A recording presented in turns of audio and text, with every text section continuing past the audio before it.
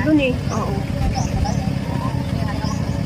Hindi, napipi yung tuluyan ng napipi yung. Parehas.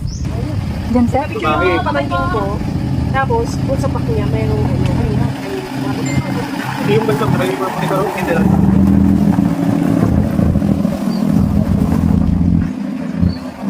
Galing, saktong-sakto. May license siya. Private license.